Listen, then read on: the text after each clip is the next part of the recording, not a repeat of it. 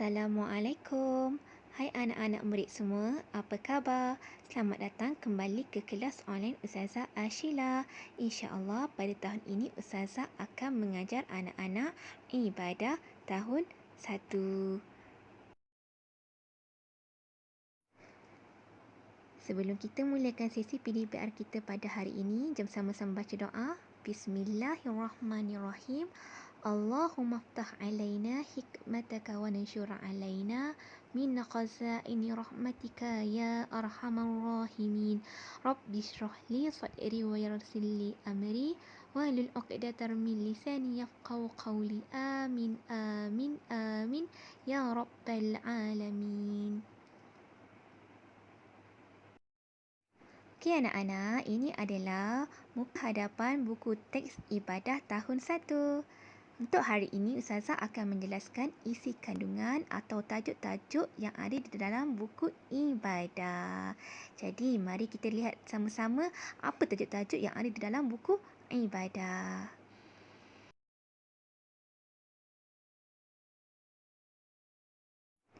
Baiklah anak-anak, ini adalah isi kandungan ataupun tajuk-tajuk yang ada di dalam buku ibadah tahun 1. Okay, tajuk yang pertama, anak-anak kita akan belajar konsep kehambaan dalam Islam. Tajuk yang kedua pula, kita akan belajar konsep kebersihan di dalam Islam.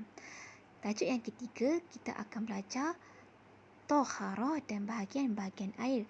Manakala tajuk yang terakhir iaitu tajuk yang keempat, kita akan belajar bab solat, insya-Allah. Tajuk 1, konsep kehambaan dalam Islam. Pada unit 1, anak-anak dapat belajar tentang memahami pengertian kehambaan dalam beribadah. Okey, semua makhluk di muka bumi ini adalah ciptaan Allah. Kita telah diciptakan oleh Allah. Semua makhluk yang diciptakan Allah adalah hamba kepada Allah. Saya adalah hamba kepada Allah. Unit 2, peranan manusia sebagai hamba Allah. Jadi, apa tujuan utama manusia dijadikan adalah untuk beribadah kepada Allah Subhanahu Ta'ala. Oleh sebab itu anak-anak, kita wajib patuh akan perintah Allah dan tinggalkan segala larangan Allah.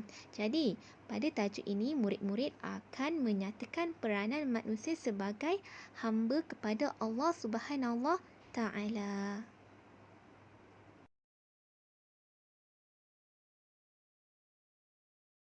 Tajuk yang kedua, konsep kebersihan dalam Islam. Dalam tajuk ini, murid-murid akan menyatakan pengertian kebersihan dan bersuci dalam Islam. Yang kedua, murid akan menyatakan cara-cara menjaga kebersihan.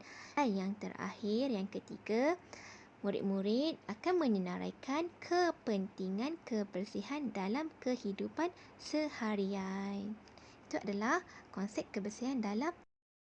Seterusnya, tajuk yang ketiga adalah Toharah dan bahagian-bahagian air. Okey, pada unit yang pertama, murid-murid dapat menyatakan pengertian dan hukum Toharah.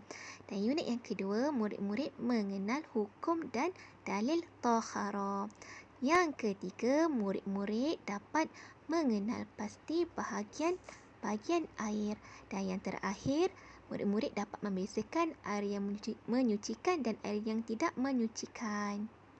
Dan seterusnya, tajuk yang terakhir adalah tajuk yang keempat, bab solat. Unit yang pertama, murid-murid akan menyatakan pengertian solat. Pada unit yang kedua, murid-murid akan mengetahui pelaksanaan pelakuan solat dengan betul.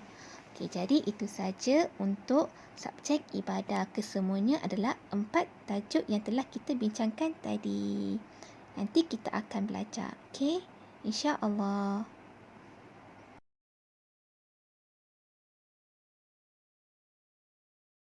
Alhamdulillah, selesai sesi pengenalan mata pelajaran ibadah tahun 1 2021.